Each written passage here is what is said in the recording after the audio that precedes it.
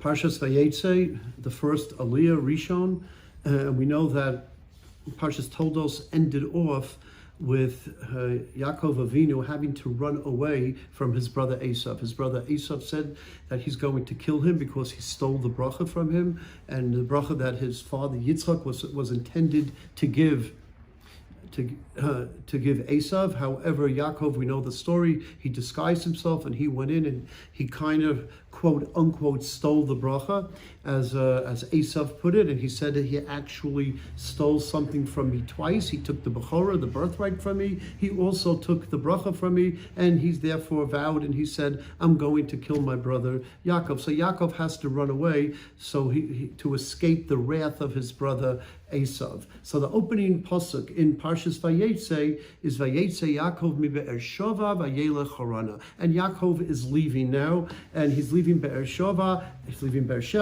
and he's going to Haran. He told his parents, his mother actually told him to do so, that he should go to Haran and he should go to Lavan, the house of Lavan, and there he should marry the daughter of Lavan, which is his first cousin, his uncle's daughter, Rivka's brother Lavan, his children, and go there. So you should be able to marry one of the daughters, and that's how the Aliyah begins. Vayeitzei Yaakov mi Be'ersheva. Of course, Rashi makes his famous comment and saying that why do we have to learn about Yaakov leaving? It should just speak more about the objective of him going to Haran. It should just, the pasuk should read that Yaakov went to Haran. Yaakov holach l'Haran vayelech Harana. Why do we have to say Vayeitzei Yaakov and Yaakov left? What is the point of mentioning that? So Rashi famously says that when a tzaddik leaves a certain town, so that makes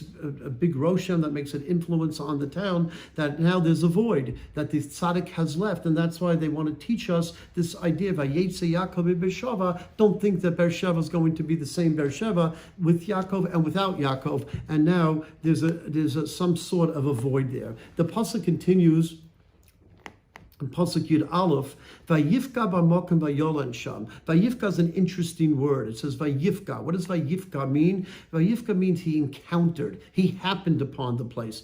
Why does it just say Higia l'makom? He came to this place. What Vayifka is a very strange language, and of course the many midrashim about the word Vayifka, that he bumped into the place, he encountered the place, he happened upon the place. What does that word mean exactly? There are many different halachas that we learn from the word Vayifka, and one of the Gemara in Brachos on Daf Chavav and Chav Zayin, the Gemara says, from here we see that Yaakov Avinu instituted what we call Tfilas Arvis, Marav.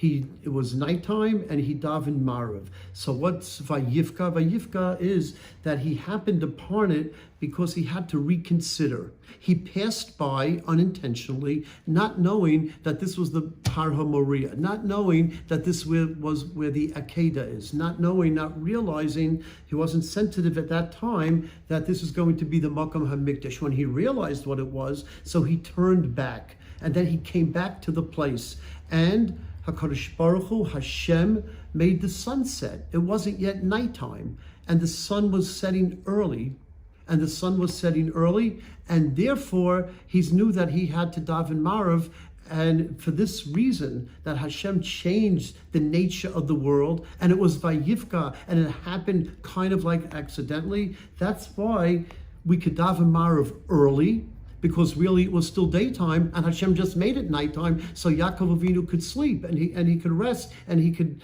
because he was learning in Shiva Shem Ve'eva for 14 years, he needed a break, so then he instituted Marav, but it was really still daylight. That's why we daven Marav in the summertime when it's still daylight. We could do that. Also, this is why the Talmud, the Gemara says in Brachos, that Marav might even be a Rishus, because again, look at the language, Vayifka. He happened upon it. It wasn't that intentional. So therefore, there's a possibility that Marav isn't really an obligatory like Shachris and Mincha, but rather it could be optional a certain way, as the Rishonim, as Tosas and others discuss. What that means exactly is Marav could be a Rishus because he didn't intend necessarily to daven Marav.